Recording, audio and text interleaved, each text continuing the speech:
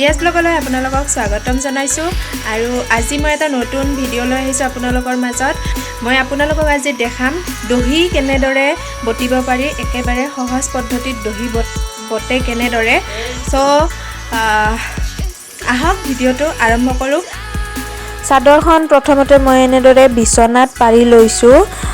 যিটো ফাল আমি দহি বটিম সেই ফালটো এনেদৰে ধুনীয়াকৈ পাৰি লৈছোঁ বিছনাত। আৰু বিছনাত পাৰি লোৱাৰ পিছত এতিয়া চাদৰখনত মই ওজন থকা বস্তু কিবা দি ল'ম, কাৰণ দহি বটাৰ সময়ত বেজীটোৰ সৈতে যেতিয়া সূতাডাল টানিম তেতিয়া হয়তো চাদৰখন গুচি আহিব পাৰে। সেয়ে ইয়াত ওজন দিব লাগিব আৰু মই ওজন দিয়াৰ বাবে ব্যৱহাৰ কৰিছোঁ গাৰু, দুটা গাৰু ব্যৱহাৰ কৰিছোঁ। আৰু এতিয়া বেজীৰে যদি সূতাডাল টনাও যায় তেতিয়া চাদৰখন গুচি নাহিব। আৰু মই এটা টাকুৰি লৈছোঁ। বজাৰত সাধাৰণতে টাকুৰি যিটো পোৱা যায়, আৰু মই চাদৰৰ কালাৰৰ দৰে লৈছোঁ টাকুৰিটো। আৰু সৰু বেজী এটাত মই এনেদৰে টাকুৰিৰ সূতাডাল ভৰাই লৈছোঁ। তাৰপিছত কি কৰিম আপোনালোকে চাই থাকিব, নিশ্চয় জানিব পাৰিব দহি কেনেদৰে বটা হয়। আৰু এনেদৰে টাকুৰিৰ সূতাডাল ভৰাই লোৱা হোৱাৰ পিছত চাদৰৰ মূৰত এনেদৰে একেবাৰে কাষত আমি বেজীটোৰে চিলাই ল'ম। দেখাই আছোঁ আপোনালোকক। এনেদৰে বেজীটো ইয়াত ফুটাই পেলাই এনেদৰে দুয়োপাত সূতা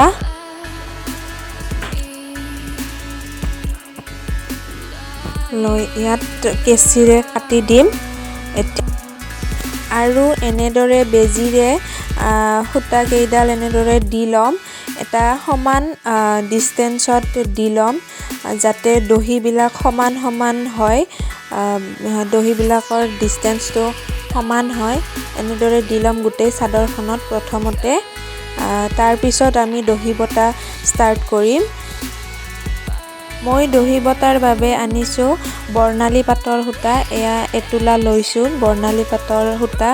আৰু দহি বটাৰ বাবে বিভিন্ন ধৰণৰ টাকুৰি পোৱা যায়, তাৰপিছত এনেদৰে সূতাও পোৱা যায়। আপোনালোকে যিটো ইচ্ছা সেইটো ল'ব পাৰে। মই এয়া তলা হিচাপত বৰ্ণালী পাটৰ এতোলা লৈছোঁ আৰু ইয়াৰ পৰা যিখিনি প্ৰয়োজন হয় মই কাটি এনেদৰে ওলাই ল'ম।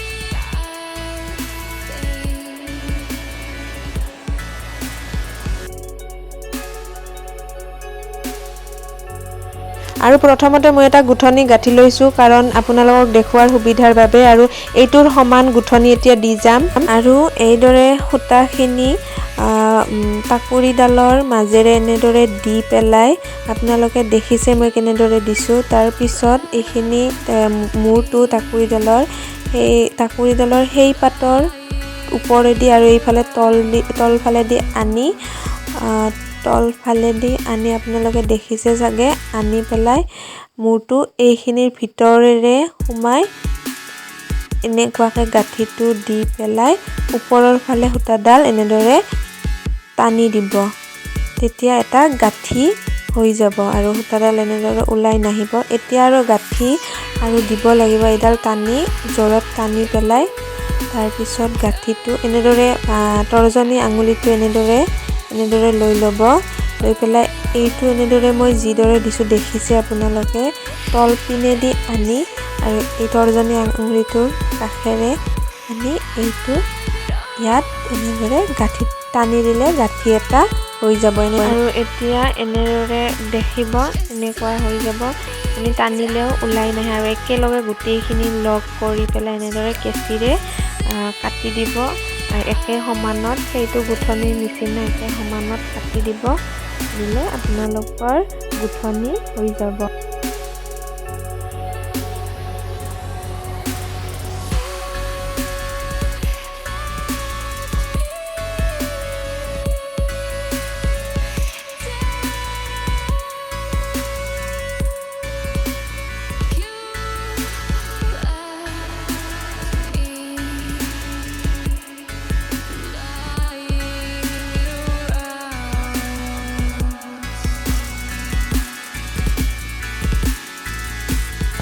মোৰ আজিৰ এই দহি বটা ভিডিঅ'টি চাই আপোনালোকে কেনে পালে জনাব লগতে মোৰ এই ভিডিঅ'টো শ্বেয়াৰ কৰি দিব নাপাহৰিব কিয়নো শ্বেয়াৰ কৰাৰ ফলত বহুতে জানিব পাৰিব দহি কেনেদৰে বটিব পাৰি আৰু দহি কি পদ্ধতিৰে বটা হয় বহুতে নজনাসকলে জানিব পাৰিব আৰু লগতে আপোনালোকে মোৰ ভিডিঅ'টি চাই কেনে পালে জনাব নাপাহৰিব আৰু যদি ভাল পালে তেন্তে লাইক কৰিব আৰু যদি আপোনালোকে আজি এই মোৰ ভিডিঅ'টো নতুনকৈ চাইছে বা আপুনি যদি মোৰ চেনেলত নতুন তেতিয়াহ'লে মোৰ চেনেলটো সাবস্ক্ৰাইব কৰি দিব নাপাহৰিব